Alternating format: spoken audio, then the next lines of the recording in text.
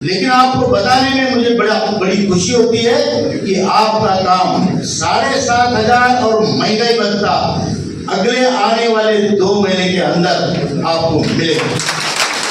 ये बूढ़े लोग, बुजुर्ग लोग, असहाय लोग जिनके पास पैसा नहीं है, शक्ति नहीं है, बीमारियां है, ऐसे लोगों ने एक क्रूर व्यवस्था के खिलाफ खड़ा किया हुआ ये संघर्ष है।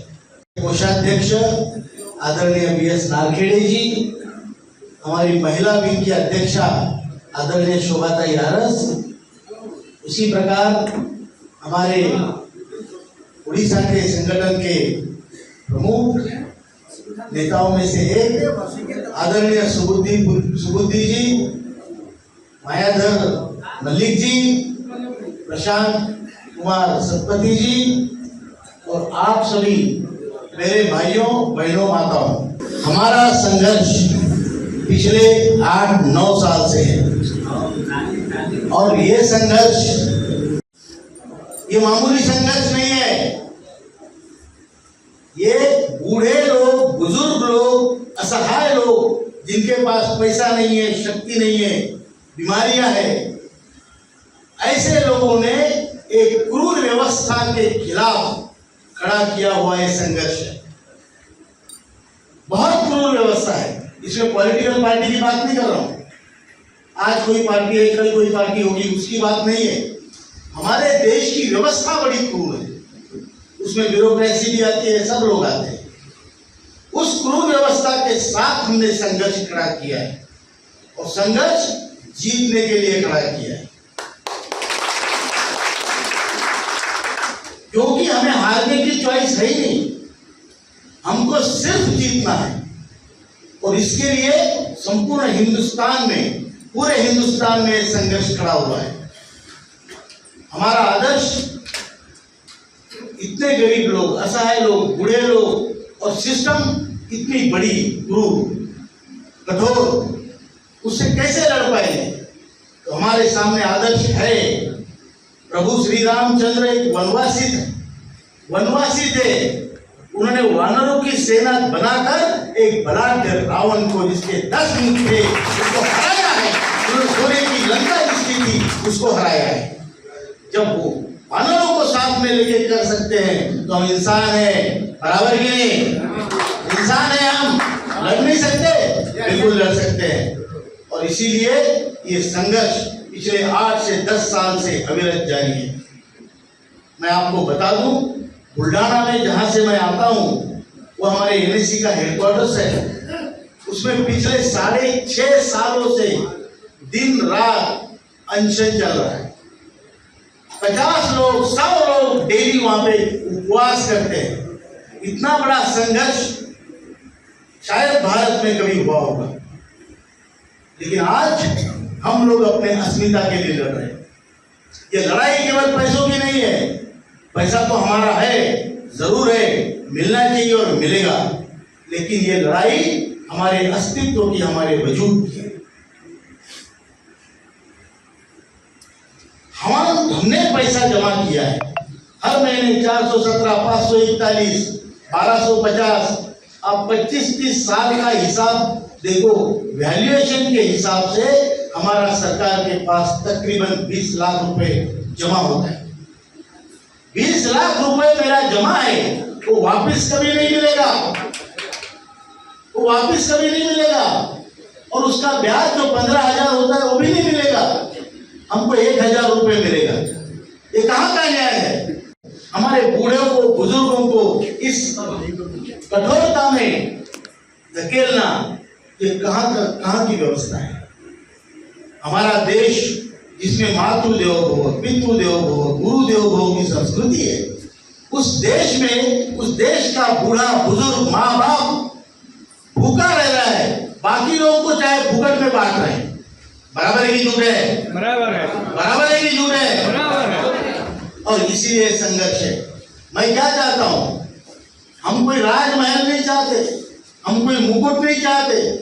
हम चाहते हैं कि अगर मेरी पोती, मेरे पोता, मेरा नातू मेरे पास दौड़ के आ जाए तो उसको मैं 100-200 रुपए दे सकूं। कि दादा होने का मेरा अधिकार है, मैं उसका दादा हूं और उसके लिए पैसा उसको देना जरूरी है। अगर मेरी बहन बुढ़ापे में मेरे घर आती है तो उसको 500 रुपए की साड़ी सस्ती वाली देने की ताकत मुझ में चाहिए और ये मेरा हक है। बराबर की झूठ है? बराबर। मैं चाहता हूं कि मेरी बहू और मेरा बेटा अगर मुझे अपमानित करे और अपने अपने ही घर में अपमानित करे तो मैं कहीं जाके 2000 रुपए भाड़े से टीन शेड ले लूं, 4000 रुपए का टिफिन लगाऊं और उसको बोलूं रह तू, लेकिन मेरे स्वाभिमान से मैं कभी कॉम्प्रोमाइज ना करूं। ये मेरा हक है, ये मेरी मांग है। आपकी लड़ाई सीधी सादी लड़ाई नहीं है। ये देख के आदरणीय प्रधानमंत्री जी ने हमको बुलाया, 2 बार आधा घंटा चर्चा की और उन्होंने कहा कि आपकी बात बिल्कुल सही है, ये अन्याय है, हमें ये दूर करना चाहिए, इसमें मैं आपकी सहायता करूंगा। 4 मार्च 2020 को हमारी पहली मुलाकात हुई, 5 अगस्त 2021 को, तब भी उन्होंने कहा, मुझे याद है मैंने क्या कहा था, मैं आपका प्रधान सेवक हूं, आपका काम करूंगा, लेकिन इसमें ब्यूरोक्रेटिक अड़चने हैं, ये विषय थोड़ा कॉम्प्लिकेटेड है, उसको एक बार आप इस विषय को कॉम्प्लिकेशन इसके दूर होने दीजिए, मैं आपका काम करूंगा। हम 3 बार आदरणीय अर्थमंत्री वित्त मंत्री निर्मला सीतारमण जी फाइनेंस मिनिस्टर से मिले। दूसरी बार मिले तो उन्होंने ट्वीट करके सारी दुनिया को बताया कि मैं आज कमांडर अशोक राउत और एनएसी के टीम से मिली और उनसे चर्चा की। एक भारत का वित्त मंत्री इतने बड़े देश का आज ट्वीट करके बता रहा है कि सीधे साधे सिंपल लोगों से वो मिली। क्यों? वो आपकी ताकत है, ये आपकी ताकत है कि आपकी वजह से आपके प्रतिनिधि को वहां बुलाया जाए।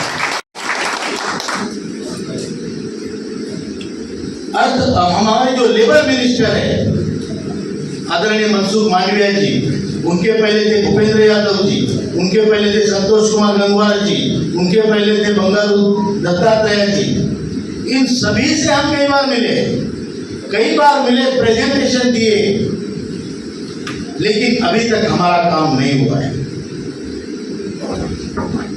लेकिन आपको बताने में मुझे बड़ी खुशी होती है कि आपका काम 7,500 और महंगाई भत्ता अगले आने वाले 2 महीने के अंदर आपको मिलेगा। इसका कहने का मेरा जो आधार है वो ये है कि आदरणीय श्रम मंत्री वित्त मंत्री जी पहले संजय रत्न साहब ने कहा कि क्या अड़चने हैं। वित्त मंत्री पहले इस योजना में हमें पैसा देने के लिए तैयार नहीं थे, वो बोल रहे थे कि सेल्फ फंडेड स्कीम है, आप अपना काम करो, हमें मत मांगो। हम जब वित्त मंत्री जी से मिले तो हमने आदरणीय निर्मला जी को कहा कि मैडम आप श्रमयोगी मानधन योजना में भारत सरकार 100% योगदान करते हैं। जब मैं 100 देता हूं तो भारत सरकार 100 देता है। यूपीएस यूनिफाइड पेंशन स्कीम जो सरकारी कर्मचारियों की है, उसमें भारत सरकार 18.5% योगदान करता है और हम लोगों की तरफ भारत सरकार बिल्कुल देखता नहीं, हमें केवल 1.16 एडमिनिस्ट्रेटिव एक्सपेंडिचर के लिए मिलते हैं, पेंशन के लिए नहीं मिलते। तो हमारी तरफ आपका बिल्कुल ध्यान नहीं और हमारी 0% इसमें आपका योगदान है। हम ये बदलना चाहते हैं मैडम, हम आपके सौतेले लगते हैं क्या हम भारत माता के सौतेले पुत्र हैं क्या? ये हमने उनसे पूछा और उनको हमने बताया हम सिर्फ प्रॉब्लम लेके नहीं जाते, हम साथ में सॉल्यूशन लेके जाते हैं। उन्होंने पूछा कैसे कर सकते हैं, हमने बताया कि जो श्रम मंत्री का हमारे फंड का पूरे साल का जो ब्याज है वो पूरा ब्याज पेंशन में डाइवर्ट करो। आपको हम असल की बात नहीं कर रहे, ओनली इंटरेस्ट हमें दे दो। फिर आप भारत सरकार की तरफ से 18.5 भी नहीं, आप 8.33 हमें दे दो, उन्होंने रिकमेंड किया है। और हमारी तरफ से भी हम 2 चीजें देंगे।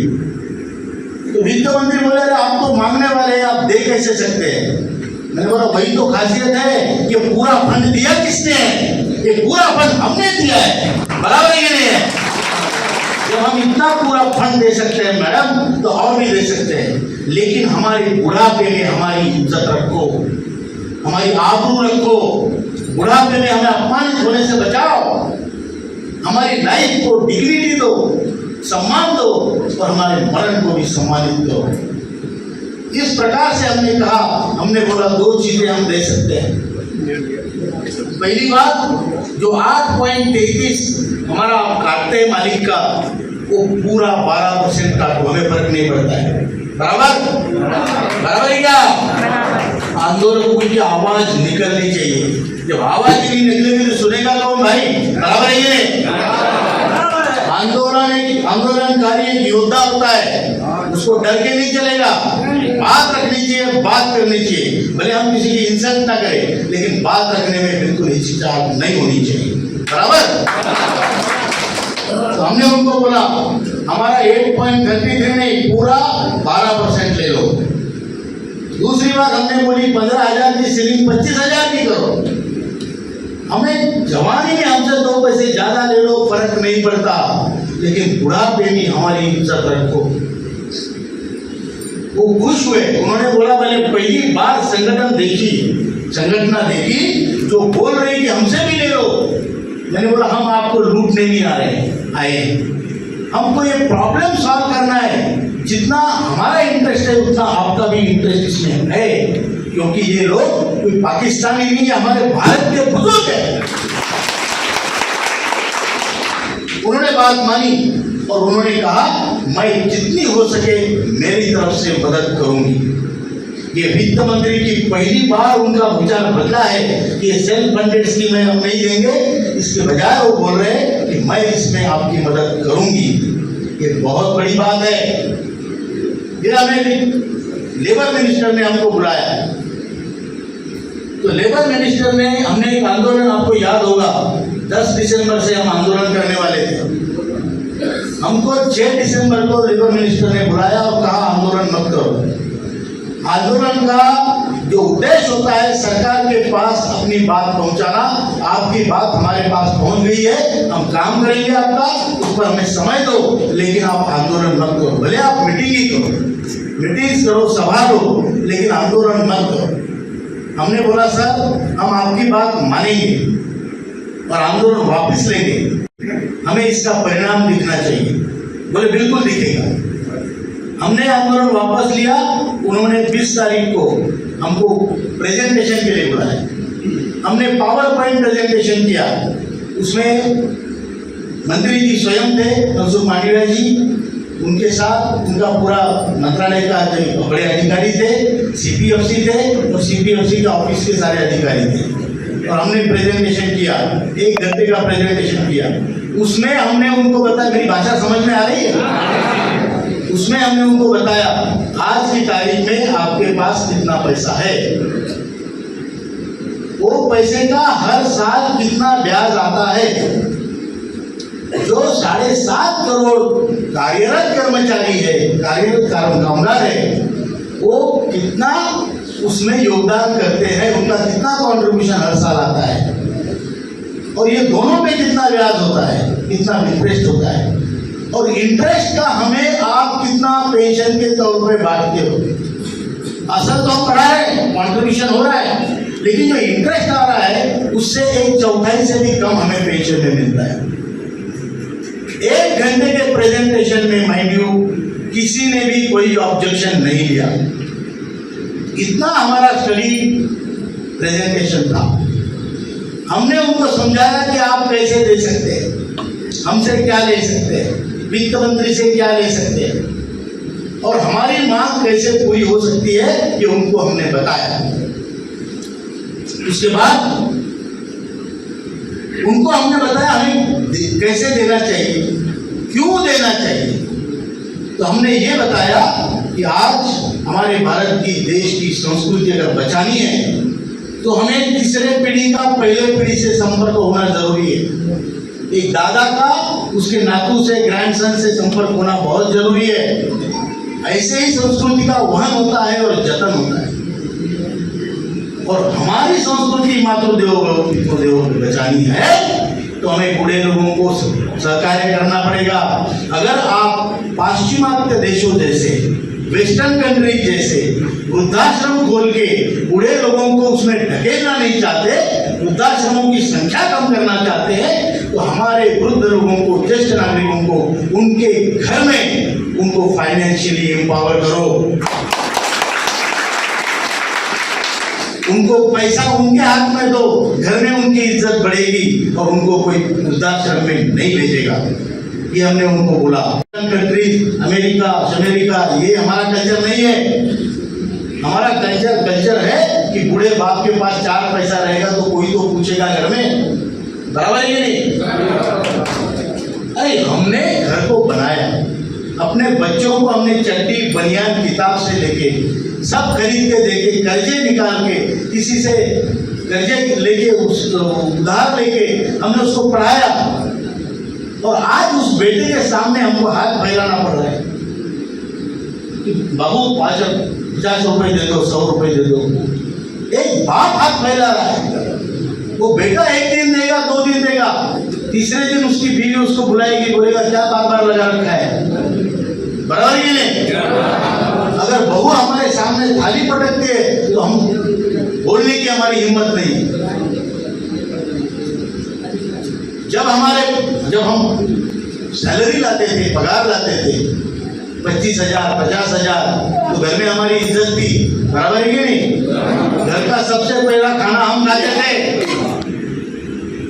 जो भी चावल खाते थे उसमें घी आता था। आज हमें कोई पूछता नहीं बुढ़ा कब खाया कब नहीं खाया, बराबर है? क्योंकि आज हमको सिर्फ 1000 रुपए मिल रहे। आपको ये बात सुनकर आश्चर्य होगा कि EPS 95 के पेंशनरों में 1000 रुपए से कम पेंशन वालों पाने वाले की संख्या 36,60,000 है। पूरे भारत में एवरेज पेंशन 1,171 रुपया है, और यह स्थिति हमको बदलनी चाहिए, बराबर है कि नहीं? बराबर है कि नहीं? स्थिति कैसे बदलती है, या हमें दूसरा तो रथ साहब ने बिल्कुल बराबर कहा है, संघ शक्ति कलियुग है। कलियुग में सिर्फ संघ की शक्ति होती है, वैयक्तिक शक्ति नहीं होती, और इसीलिए हमें हमारी संगठन को बढ़ावा देना पड़ेगा, और ये संगठन लड़ेगी और हमें अपना हक दिलाएगी।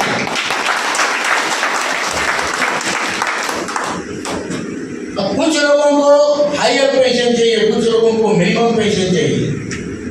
मिनिमम पेंशन सबको मिलेगी, जिसको 1 रुपया भी पेंशन है उसको कोई पैसा भरने का काम नहीं है, उसको 7,500 महंगाई भत्ता मिलेगा, मतलब मिलेगा। हायर पेंशन में जो मामले हैं उसमें मंत्री जी ने उसी मीटिंग में हमारे सामने कहा 31 मार्च तक पूरे मामले निपटा दो। उसी तरीके से काम चल रहा है। हायर पेंशन में आपको पैसा भरना है, 12 लाख, 15 लाख, 20 लाख आपके जितने पेमेंट थे उस हिसाब से, तो पैसा भरने के बाद EPFO में पैसा भरना मतलब बरमुडा ट्रायंगल में डाल देना, बराबर है क्या? वो वापिस नहीं आता, एक बार गया उधर ही गया, और 4-5 महीने बाद ऊपर से कॉल आया तो क्या करेंगे? और ऊपर का जो कॉल है वो मिस कॉल नहीं होता, हो मिस कॉल होता है क्या? नहीं होता, वो सीधा होता है। तो ऊपर का कॉल आया और हम लोग अगर चले गए तो बेटा बोलेगा बुढ़ा गया और मेरे को 15 लाख का चूना लगा के, बराबर है कि नहीं? पूरा इसका 13वां दिन नहीं करेंगे, बराबर है? लकड़ी भी ज्यादा नहीं खरीदेंगे, टायर में जलाएंगे, बराबर है क्या? और वही पैसा आप बैंक में डालो तो आपको ब्याज मिलेगा और मिनिमम पेंशन पूरा मिलेगा। और जो पैसा आपने बैंक में डाला, आप मरने के बाद बेटा बोलेगा चलो यार बाबा गए लेकिन 15 लाख दे के गए, बराबर है? थोड़ा थोड़ा लकड़ी खरीदते हैं, बराबर है झूठ है? तो इसलिए ये मामला है, लेकिन जिसको जो चाहिए उसको मिले, ये हमारी मांग है। अगर किसी को हायर पेंशन भी चाहिए तो उसमें आपको हिसाब करना है कि मुझे फायदा होगा कि नुकसान होगा, बराबर है। इसलिए आपका काम होने वाला है, निश्चित रहिए। आपकी आरोग्य सुविधा मिलेगी। आरोग्य सुविधा के बारे में मंत्री जी ने कहा कि आपको 70 साल के बाद आयुष्मान भारत मिलेगी। मैंने बोला सर, कामगार होता है ना, वो 58 में रिटायर होता है, तब तक उसका पूरा जूस निकाल लेते हैं, बराबर है कि नहीं? उसके गाल अंदर होते हैं, बराबर है। हमको 58 से सुविधा चाहिए। तो उन्होंने कहा कोई ज्यादा डिफिकल्ट बात नहीं है, 12 साल का गैप है 58 से 70, वो हम ESI से भर देंगे, एम्प्लॉय स्टेट इंश्योरेंस स्कीम से उसको भर देंगे और आपको 58 से पेंशन मेडिकल सुविधा मिलेगी। इस पर वो प्रिंसिपली एग्रीड हुए। फिर उसके बाद भी उन्होंने एक बार बुलाया, अभी 19 तारीख को बुलाया और 19 तारीख को कहा कि आप जाओ, अपने लोगों को बोल सकते हैं कि आपका काम मिशन मोड पे हो रहा है। मिशन मोड मैंने देखा भाई ये क्या होता है, तो इसका अर्थ होता है बहुत जल्दी या फिर वॉर फुटिंग पे, युद्ध स्तर पे आपका काम हो रहा है, आपका काम जल्दी करेंगे, ये उनके वर्ड है। इसलिए मैं कहता हूँ 7,500 महंगाई भत्ता हमको मिलेगा। गवर्नमेंट से हमारी वार्ता चल रही है, एक ही संगठन है जिसको गवर्नमेंट ने बुलाया है, बार बुलाया है, वो है नेशनल एजुकेशन कमेटी। प्रधानमंत्री ने, वित्त मंत्री ने, लेबर मिनिस्टर ने सबको बुलाया और बुलाने के बाद ये वचन दिए। अब उसके बाद कुछ संगठन आपने देखा होगा, कोई बोलता है इनको 5,000 दे दो। अरे यार मेरे को समझाओ, ट्रेड यूनियन किस लिए होती है? ट्रेड यूनियन होती है जो वर्किंग एम्प्लॉइज है उनके भले के काम करने के लिए, बराबर। जब हम रिटायर होते हैं तो ट्रेड यूनियन के हम सदस्य होते हैं क्या? नहीं होते। हमारे पास जब तक पावती काटने की ताकत है तब तक मेंबर होते हैं। जिस दिन आप बुढ़े हो गए, पावती नहीं भर सकते, पैसा नहीं है जेब में, उन्हें आपको मेंबर नहीं मानते, बराबर है? बराबर है क्या? तो बोलो भाई, जोर से आवाज आनी चाहिए। अभी जब आप उनके मेंबर ही नहीं है, देने वाला सरकार है, मांगने वाले हम हैं, चर्चा चल रही है। अब ये बीच में आके बोलते हैं इनको 5,000 रुपए दे दो। अरे यार तुम्हारे बाप का माल है क्या? हमारा माल है, हमारा पैसा है, सरकार से हमारी चर्चा चल रही है, सरकार काम करेगी, बराबर करेगी और इतने लोगों का विश्वास सरकार, मुझे यकीन है संपादन करेगी, मिला है उसको विश्वास रखेगी। यही कहना है, आपका काम होने वाला है, हिम्मत नहीं हारना। अभी कल और परसों पूरे भारत में NSE ने आंदोलन की, आपने देखा होगा, देखा? बड़े बड़े आंदोलन हुए, कई 1000, कई 500, कई 300 लोग जाके कलेक्टर ऑफिस में और EPFO ऑफिस में निवेदन दिए हैं। मैं आपसे भी अभी आज हम उसके 2 दिन बढ़ा रहे हैं, 2-3 दिन, आज भी करेंगे, कल भी करेंगे। पूरे भारत में जो बचे हुए जगह है, लोगों की बहुत इच्छा थी तो हमने 2-3 दिन बढ़ा दिए। मैं आपसे रिक्वेस्ट करता हूँ, सुबुद्धि जी और प्रशांत जी, उड़ीसा में भी आप ये करिए। आपको जमा करने हैं लोग कलेक्टर में देना है और जमा करने हैं लोग EPFO में देना है, निवेदन देना है, 2-4 नारे लगाने हैं। ये आप करना, डरना नहीं, डरने से कोई फायदा नहीं है। आप अपना हक मांग रहे, कोई भीख नहीं मांग रहे किसी से, सरकार को भी इसकी जानकारी है, ठीक है? करेंगे, करेंगे।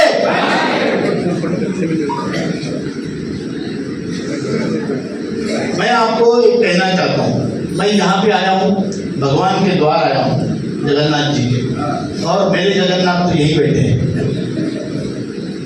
कभी भगवान अपने घर में आके बोलता है कि मेरे दर्शन करो? बोलता है क्या? हमको मंदिर जाना पड़ता है दर्शन लेने के लिए, बराबर है? मैं मेरे भगवान के दर्शन करने के लिए आपके यहाँ इस मंदिर में आया हूँ। आप हमारे भगवान हैं, लेकिन आपके भी कोई भगवान है। ये चेन है, उल्टी चेन। जब मैं अपने भगवान के दर्शन करने आया हूं तो आपके भगवान कौन है ना? जो यहाँ तक नहीं आ पाए, जो बीमार है, जिसके पास पैसा नहीं है, या जो अहंकारी है, वो आपके भगवान है। विभूति जी बराबर है, उनके पास जाओ, बड़ा संगठन बनाओ, और जैसे रथ साहब ने कहा है 2 महीने में बहुत बड़ा सम्मेलन करो। जरूरी है। आपकी ताकत आप खुद हो, आपका संगठन है। इसीलिए कहता हूं कि हम सब एक है।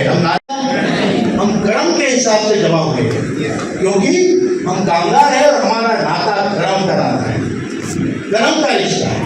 इसलिए हम सब